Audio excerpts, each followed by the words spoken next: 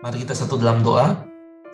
Tuhan, kami mengucap syukur kepadamu jika hari ini setiap daripada kami bisa ada Tuhan untuk menghadiri doa pada hari ini.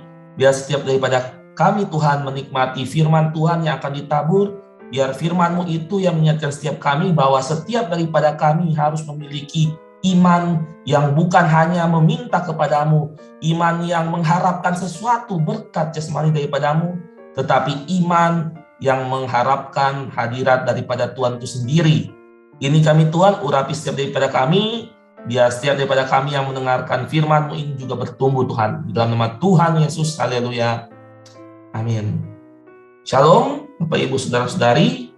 Hari ini kita akan belajar sekali lagi mengenai iman yang merindukan hadirat Tuhan.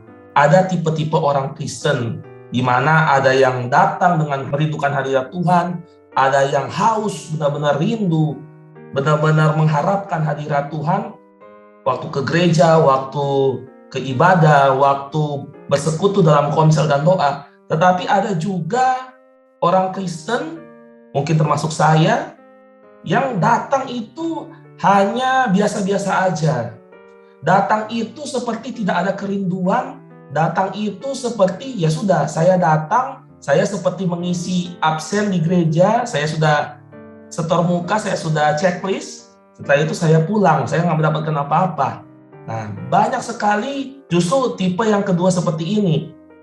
Nah, hari ini kita akan belajar, kenapa sih ada orang yang datang dengan penuh kerinduan, dengan penuh kehausan mencari Tuhan, tetapi ada juga orang yang datang hanya dengan membawa mungkin bawa masalahnya dia, membawa mungkin ya badannya dia untuk absen dan ya cuma datang saja, tidak pulang dari gereja membawa apa-apa.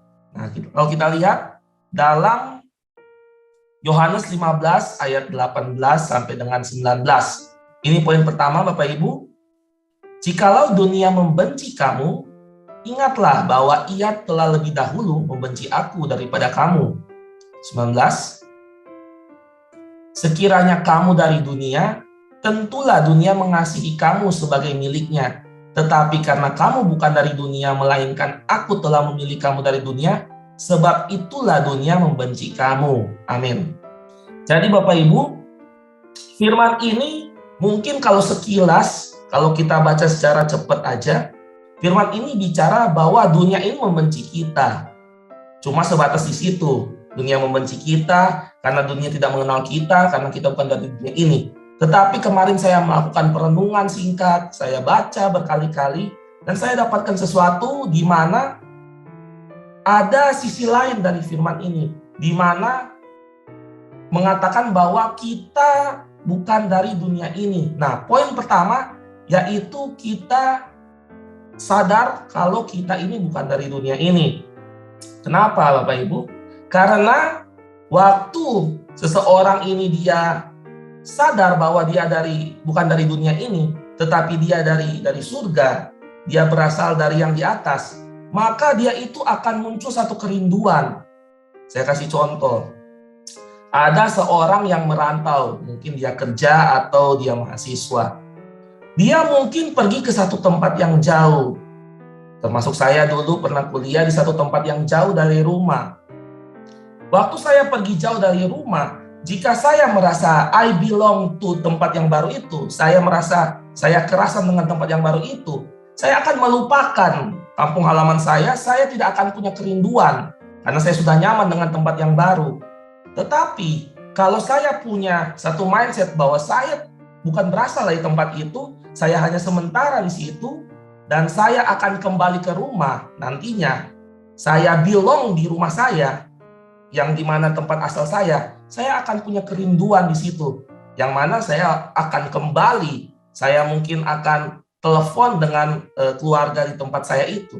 Nah sama di firman ini, bukan hanya bicara dunia membenci kita karena kita tidak berasal dari dunia, tetapi bicara juga bahwa waktu kita memiliki satu mindset bahwa kita ini sebenarnya tinggal di dunia, tetapi kita ini bukan orang dunia, maka kita akan punya mindset bahwa saya akan punya kerinduan terhadap tempat saya, rumah saya yang sebenarnya.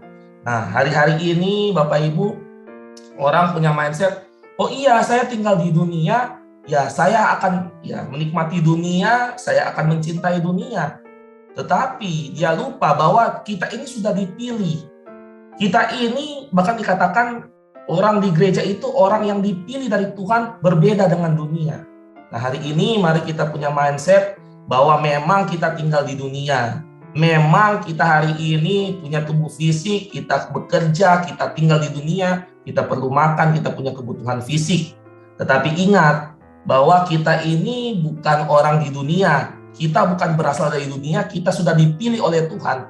Oleh karena itu kita harus punya mindset bahwa kita akan kembali satu hari nanti ke surga kekal. Oleh karena itu kita harus punya mindset bahwa kita harus rindu, harus punya kerinduan, kita harus punya kehausan bahwa suatu hari kita akan ke sana, dan hari ini kita sedang melatih diri kita untuk siap pulang ke rumah kita yang sejati di surga kekal. Nah, ini yang banyak dilupakan oleh banyak orang Kristen. Yang kedua Bapak Ibu, tapi sebelum itu mungkin kita bisa buka di Mazmur 1 ayat 1-2. Berbahagialah orang yang tidak berjalan menurut nasihat orang fasik, yang tidak berdiri di jalan orang yang berdosa, dan yang tidak duduk dalam kumpulan pencemooh. Ayat 2. Tetapi kesukaannya ialah Taurat Tuhan, dan yang merenungkan Taurat itu siang dan malam.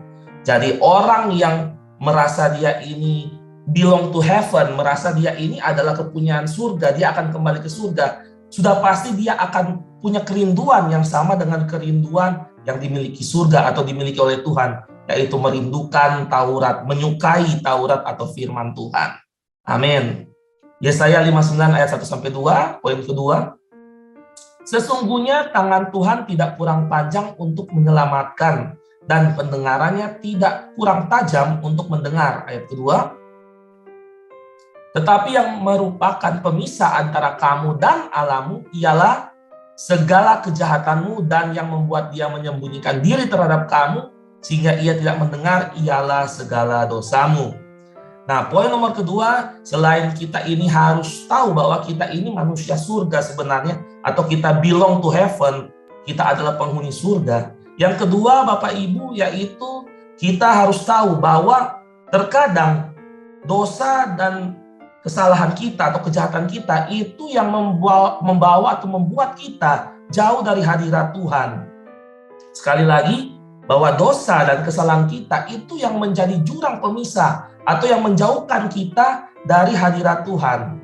Nah, bukan artinya Tuhan itu tidak mau bertemu dengan kita. Bukan artinya Tuhan menghakimi bahwa kalau kamu ini berbuat dosa, saya tidak mau mendekat padamu. Bahkan banyak ayat mengatakan bahwa Tuhan ini seperti Tuhan Allah yang baik, Tuhan yang baik, mengetok pintu hati kita untuk datang bertemu dengan kita. Bahkan diibaratkan kita ini seperti anak bungsu yang terhilang, yang dimana bapaknya itu tiap hari mondar-mandir ke jalan untuk melihat kapan kita balik. Tetapi jangan lupa bahwa dosa dan kesalahan kita itu terkadang menjadi jurang pemisah. Bagi siapa? Bagi diri kita sendiri. Kenapa? Karena di pikiran kita, waktu kita ini datang kepada Tuhan, kita ini masih membawa salah, masih membawa dosa, hati kita tidak suci. Kita itu seperti merasa kita ini tidak layak, Bapak Ibu. Kita merasa kita tidak pantas. Lalu mulai iblis itu main di pikiran kita, mulai iblis itu mendakwa kita lewat pikiran kita. Kita menjadi, memang benar ya, saya tidak layak datang ke hadirat Tuhan. Saya itu tidak pantas. Akhirnya kita yang menarik diri, kita tidak mau berusaha bersekutu dengan Tuhan, tidak mau haus lagi. Akhirnya kita makin jauh. Nah, kemarin saya di Komsel juga sharing, ada yang nanya di sana, gimana cara punya kehausan dengan Tuhan, kehausan akan hadirat Tuhan, tetapi dalam hati saya masih menyimpan dendam sama orang. Nah, saya sharing di situ. Kalau kayak gitu sebenarnya Tuhan itu rindu dengan kita, mau ketemu dengan kita. Tetapi karena kita ini merasa saya nggak layak, kok saya mau doa, masih ada pikiran jahat. Akhirnya kita ini merasa terhakimi sendiri. Dan akhirnya nggak mau dekat dengan Tuhan. Padahal kita dekat dengan Tuhan dulu, baru kita akan disempurnakan sifat kita. Bukan kita sempurna dulu, baru kita bisa dekat dengan Tuhan. Nah, tetapi ada alasan lain juga, yaitu Tuhan itu suci, Bapak Ibu. Tuhan itu kudus. Oleh karena itu, walaupun Tuhan ingin dekat dengan kita, tetapi karena kita nggak suci, kita nggak kudus, akhirnya kita itu nggak bisa benar-benar merasakan hadirat Tuhan. Nah, oleh karena itu kalau kita lihat dalam Mazmur 24 ayat 3 dan 4, siapakah yang boleh naik ke atas gunung Tuhan? Siapakah yang boleh berdiri di tempatnya yang kudus? Ayat 4, orang yang bersih tangannya dan murni hatinya, yang tidak menyerahkan dirinya kepada penipuan dan yang tidak bersumpah palsu. Artinya Tuhan ini punya kerinduan juga untuk dekat dengan kita. Tetapi jangan lupa bahwa Tuhan ini kudus. Untuk datang kepada Tuhan, kita harus membawa hidup kita yang kudus. Tuhan tidak pernah menjudge, Tuhan tidak pernah mendakwa kita, menghakimi kita. Tetapi jangan lupa, Tuhan ini, kita harus datang kepada Tuhan dengan hati yang kudus, dengan hidup yang bersih. Nah, oleh karena itu, mari kita memang belum sempurna sebagai orang-orang di dalam Tuhan, tetapi punya mindset bahwa kita ini juga harus membawa hidup kita ini yang kudus, menjadi persembahan yang hidup, yang harum di hadapan Tuhan, sehingga kita bisa dekat dengan Tuhan. Jadi ini Bapak Ibu 2 poin, supaya kita ini bisa masuk ke hadirat Tuhan, yaitu sadar yang pertama, bahwa kita adalah orang-orang yang bukan berasal dari dunia. Kita tinggal di dunia, tetapi kita sudah dipilih Tuhan. Kita adalah manusia-manusia surga. Oleh karena itu, rindulah akan hadirat surga, akan hadirat Tuhan. Dan yang kedua, kita harus punya hati yang bersih, yang kudus, dan perbuatan yang bersih, yang tidak suka dengan kejahatan. Nah, ini Bapak Ibu, mari kita satu dalam doa. Tuhan, terima kasih atas hari ini firman-Mu. Kami sekali lagi diisi oleh kebenaran firman-Mu bahwa setiap daripada kami harus membenci dosa Tuhan, kejahatan. Kami ini harus rindu akan hadirat Tuhan. Oleh karena itu Tuhan, setiap daripada kami satu dalam doa, Tuhan meminta Tuhan, biar setiap daripada kami yang hari ini sudah jauh dari hadirat Tuhan, kembali lagi Tuhan untuk mencari Tuhan dengan satu kehausan. Bukan kami datang ke gereja hanya dengan checklist Tuhan untuk absen, tetapi hari ini kami datang untuk haus, untuk punya satu kasih mula-mula sekali lagi kepadamu. Kami berdoa juga Tuhan, agar setiap daripada kami mempunyai hati yang taat kepada firman Tuhan. Firman-Mu adalah kebaikan kami, karena firman-Mu mengandung janji.